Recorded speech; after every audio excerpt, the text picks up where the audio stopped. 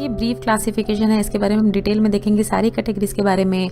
अगर आप सब डिवाइड करें सीडेटिव हिप्नोटिक्स को तो वो 3 सब मेजर क्लासेस में डिवाइड होते हैं, benzodiazepine, barbiturate and miscellaneous agent. Benzodiazepine में देखिए 3 कैटेगरीज होती हैं, short acting, intermediate acting and long acting.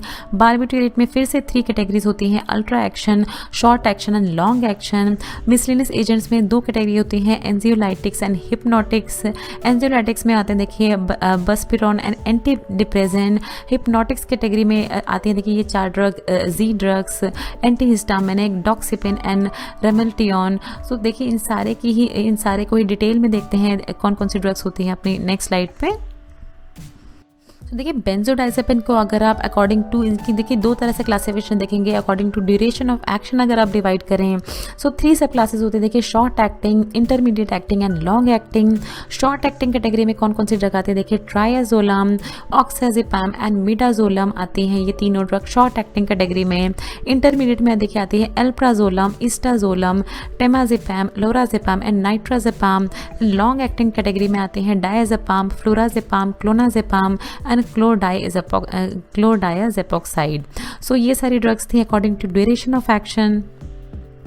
ना देखिए अगर हम बेंजोडाइजेपिन को अकॉर्डिंग टू इंडिकेशंस के अकॉर्डिंग अगर हम कैटेगराइज करें तो देखिए 3 टाइप्स की होती है, hypnotic category, anti anxiety and anti convulsant. Hypnotics में कौन कौन सी ड्रग्स आती हैं देखिए, डायazepam, फ्लोराजिपैम, नाइट्राजिपैम, alprazolam, टेमाजिपैम and ट्राइआजोलम।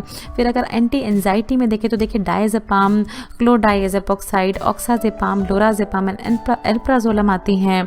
Anti convulsant category में अगर हम देखें तो डायazepam, लोराजिपैम, क्लोनाजिपैम एंड क्लोबाजाम। सो देखिए बहुत सारी ड्रग हैं जो कि रिपीट हो रही हैं इन सब कैटेगरीज में।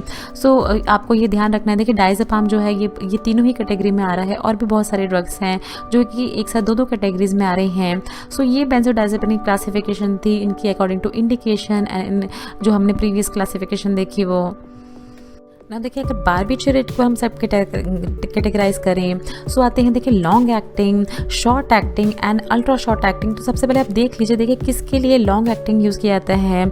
सो लॉन्ग एक्टिंग देखिए बेसिकली जो पेन होते हैं, मेनली माइग्रेन रिलीफ, जो कि किसी तरह के पेन होते हैं उनको रिलीव कराने के लिए इस तरह के लॉन्ग एक्टिंग एजेंट दिए जाते हैं, जिसमें एग्जाम्पल आते हैं देखिए फिनोबार्बिटोन। फिर देखिए short to intermediate acting agent होते हैं जो कि स्लीप इंड्यूस करने के लिए दिए जाते हैं। एग्जाम्पल होता है उसमें देखिए ब्यूटोबार्बिटोन एंड पेंटोबार्बिटोन। एंड फिर अल्ट्रा शॉर्ट एक्टिंग जो कि बेसिकली सर्जरीज के टाइम पे यूज़ किए जाते हैं। इनमें एग्जाम्पल होता है थायोपेंटोन एंड मीथोहेक्सिटोन।